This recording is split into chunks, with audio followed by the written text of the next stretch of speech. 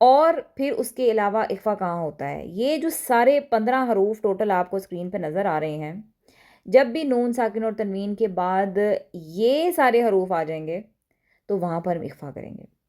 اب سوال یہ پیدا ہوتا ہے کہ یہ اتنے سارے حروف ہیں تو یہ ہم کس طرح یاد کریں گے. جو یرملون ہے وہ بھی ہم نے یاد کر لیا تھا، وہ تو 6 تھے ادغام کے اندر. حروف حلقی بھی 6 تھے، وہ بھی ہمیں ٹھیک ہے یاد ہو گیا. اس طرح سے حروف قلقلہ تھے، وہ ہم نے قطب جد ہم نے ایک لفظ یاد کر لیا تو ہمیں وہ یاد ہو گئے. اقلاب میں تو ہے ہی ایک با، تو ہم اس کو کیسے یاد کریں گے. تو اس کا سمپل رول یہ ہے کہ آپ نے وہ سارے رولز یاد کر لینے ہیں جو باقی تینوں پہ قاعدے لگ رہے ہیں. اگر تو نون ساکن اور تنوین کے بعد نہ تو حروف حلقی ہیں، نہ حرف اقلاب ہے، اور نہ ہی حروف یرملون ہیں، تو اس کا مطلب ہے اس کے علاوہ جتنے بھی حروف ہوں گے ان سب پر اخفا ہوگا. ٹھیک ہے، تو آپ کو یہ یاد کرنے کی ضرورت نہیں ہے، آپ نے وہ 3 رولز یاد کر لینے ہیں: با، حروف حلقی اور حروف یرملون. تو تینوں کو جب آپ یاد کر لیں گے تو آپ کو اس کے علاوہ کوئی بھی اگر کوئی حرف آ جائے نون ساکن و تنوین کے بعد تو وہاں پر ہم اخفا کریں گے. ٹھیک ہے، تو یہ اس کا سمپل قاعدہ ہے. تو یہ دیکھیں انہوں نے وہی بات کی ہے جو میں نے ابھی آپ سے کہی کہ ہم اس طرح بھی یاد کر سکتے ہیں کہ حروف حلقی اور حروف یرملون اور حروف اقلاب، حرف اقلاب کے علاوہ جتنے بھی حروف ہیں وہاں نون ساکن اور تنوین کے بعد اخفا ہوگا. ٹھیک ہے، اخفا کی مثال ہم دوبارہ سے دیکھ لیتے ہیں. جیسے کہ یہ لفظ ہے من شرری. اب یہاں پر دیکھیے نون ساکن کے بعد شین آ رہا ہے. سب سے پہلے آپ نے یہ سوچنا ہے کیا شین جو ہے یہ حروف حلقی میں سے ہے؟ نہیں. کیا یہ حروف یرملون میں سے ہے؟ نہیں. کیا یہ حرف اقلاب ہے؟ نہیں. تو اس کا مطلب ہے ہم یہاں پر نون ساکن کے اوپر اخفا کریں گے. اور اخفا کیسے کریں گے؟ من شرری، یعنی کہ غنّے کی طرح کی آواز نکالیں گے، لیکن زبان کی جو نوک ہے اس کو ہم اوپر تالو کے ساتھ چپکائیں گے نہیں. ٹھیک ہے، نہیں لگائیں گے. تو آپ کی آرام سے یہ آواز نکل آئے گی من شر ما خلق. ٹھیک ہے، تو یہاں نون کے بعد شین ہے اور یہاں پر اخفا ہوگا کیونکہ شین جو ہے حروف حلقی میں سے بھی نہیں ہے، نہ ہی حروف یرملون میں سے ہے، اور نہ ہی یہ حرف اقلاب ہے. تو یہی مثال جو ہے وہ تنوین پر بھی ہوگی. اگر تنوین کے بعد ان 15 حروف میں سے کوئی حرف آیا تو وہاں پر ہم اخفا کریں گے. تو جو 4 قواعد ہم نے پڑھے ہیں نون ساکن اور تنوین کے، وہ ہم کوئکلی ان کو سمرائز کر لیتے ہیں. اس کی جو سمری ہے، اس کا جو خلاصہ ہے وہ دیکھ لیتے ہیں. سب سے پہلا جو ہم نے رول پڑھا تھا وہ تھا اظہار. اور اظہار ہم کب کرتے ہیں؟ جب نون ساکن اور تنوین کے بعد حروف حلقی میں سے کوئی حرف آ جائے، یعنی حمزہ، ہا، عین، ہا، غین اور خا. اسی طرح سے نون ساکن اور تنوین کے بعد اگر حروف یرملون میں سے کوئی حرف آ جائے، یعنی یا، را، میم، لام، واو، نون میں سے، تو پھر ہم وہاں پر ادغام کرتے ہیں. اور ادغام کرنا کیا ہوتا ہے کہ ہم نے مکس کر دیتے ہیں آوازوں کو ہم. ٹھیک ہے، اور ہم نے یہ پڑھا تھا کہ لام اور را پر جو ہے رول ڈیفرنٹ ہوتا ہے اور جو باقی کے ہیں ان پہ رول ڈیفرنٹ ہوتا ہے. پچھلے لیکچر میں ہم نے ادغام پڑھا تھا. اقلاب جو ہے، اقلاب حرف با ہے، اور یہ بھی نون ساکن اور تنوین کے بعد جب با آ رہا ہو تو وہاں پر ہم اقلاب کرتے ہیں، یعنی با جو نون کی آواز ہے اس کو ہم میم میں بدل دیتے ہیں. اور اخفا جو ہے وہ ان سارے حروف پر کیا جاتا ہے جو ان تینوں کے علاوہ ہیں. ٹھیک ہے، تو ہم آج اقلاب کی اور اخفا کی تھوڑی سی پریکٹس کر لیتے ہیں تاکہ آپ کو مزید کلیئر ہو جائے. چلیں جی، سب سے پہلے ہم اقلاب کی پریکٹس کر لیتے ہیں. پہلا لفظ ہے من بخیلا. اس میں دیکھیے نون ساکن کے بعد با آ رہا ہے تو ہم یہاں پر میم کی آواز نکالیں گے. من بخیلا، من بخیلا. اچھا، جو ہمارے انڈیا پاکستان میں جو قرآن کی جو ہوتے ہیں، مصحف ہوتے ہیں، اس میں آپ کو یہ چھوٹا سا میم نظر آئے گا آلریڈی. تو وہ ایک پڑھنے والوں کے لیے آسانی ہے کہ اگر یہ رول یاد نہ بھی ہو تو آپ اس کو میم ہی پڑھیں گے. لیکن آج ہم نے باقاعدہ یہ رول پڑھا ہے. اگر کوئی ایسا قرآن بھی آپ کو ایسا مصحف پڑھنے کا موقع ملے، جیسے کہ جب آپ سعودیہ جائیں تو وہاں پر زیر زبر نہیں ہوتی، یا جو جن کی لینگویج ہی عربی ہے وہ لوگ تو زیر زبر کے ساتھ نہیں پڑھتے، جس طرح ہم اردو زیر زبر کے بغیر پڑھ لیتے ہیں. تو وہاں پر اگر آپ اس طرح سے کوئی قرآن اگر پڑھنے کا آپ کو موقع ملے، یا ویسے عربی میں اگر آپ کوئی عبارت پڑھ رہے ہیں اور وہاں پہ زیر زبر نہیں لکھی ہوئی تو ایٹ لیسٹ ہمیں یہ رولز پتہ ہوں گے کہ یہ نون ساکن ہے اور اس کے بعد نون کے بعد جو ہے وہ با آ رہا ہے، تو یہاں پر ہم نے جو ہے وہ میم کی آواز نکالنی ہے. تو یہ ایزی ہو جاتا ہے پھر اگر آپ کو رولز آتے ہوں. ٹھیک ہے، تو چلیے اس کو ہم دیکھ لیتے ہیں. پہلا لفظ ہے من بخیلہ، دوسرا لفظ ہے لنصفعا بالناصیہ.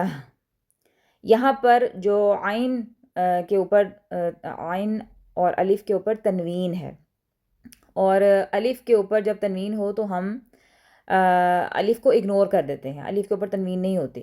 ٹھیک ہے، یعنی کہ عین کے بعد جو یہ الف آ رہا ہے یہ ہے تو الف مدہ، لیکن چونکہ عین کے اوپر دو زبر کی تنوین ہے تو ہم نے عین جو الف ہے اس کو ہم نے اگنور کر دیا ہے.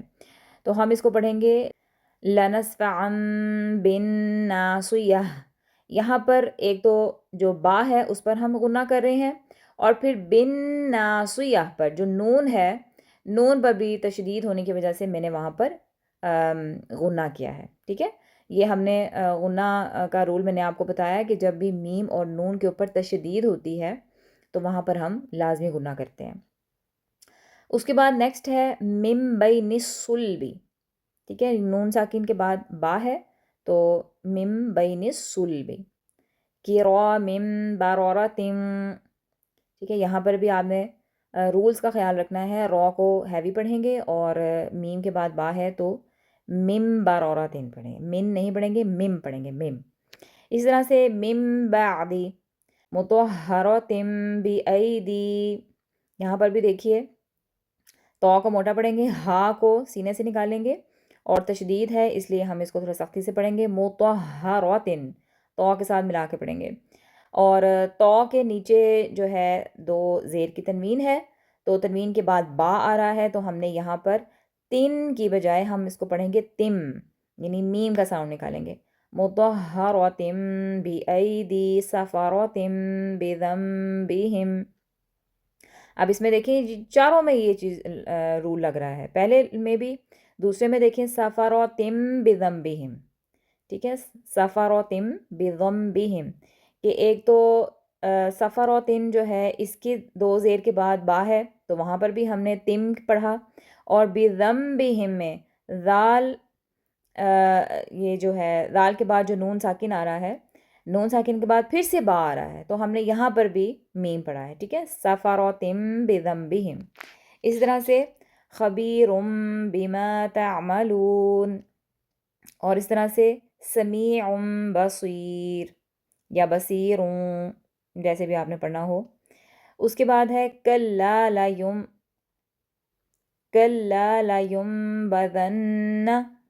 ینبذن. اس پر بھی غنہ کیا یا کے بعد جو نون ساکن آ رہا ہے، اور اس کے علاوہ جو اینڈ پر نون ہے اس پر چونکہ تشدید ہے تو میں نے وہاں پر بھی غنہ کیا ہے. اس کے بعد ہے علیم بذات الصدور. نیکسٹ ہے رجع بعید.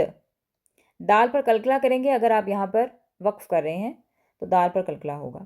رسول بما لا تہوی.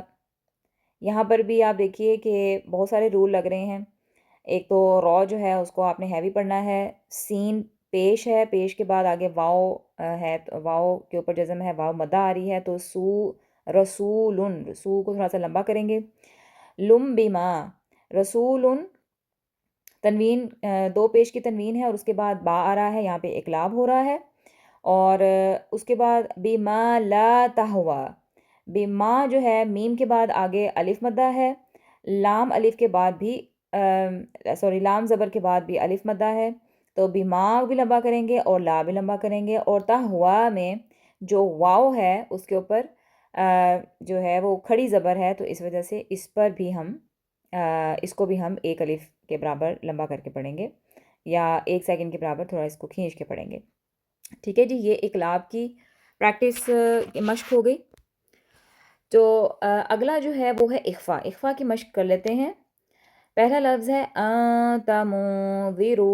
یہاں پر دیکھیے نون ساکن کے بعد تا آ رہا ہے. تا جو ہے اپنے مائنڈ میں سوچئے، نہ یہ حروف حلقی ہے، نہ یہ حروف یرملون میں سے ہے، اور نہ ہی یہ با ہے، تو ہم یہاں پر نون پر اخفا کریں گے. أنت منظر.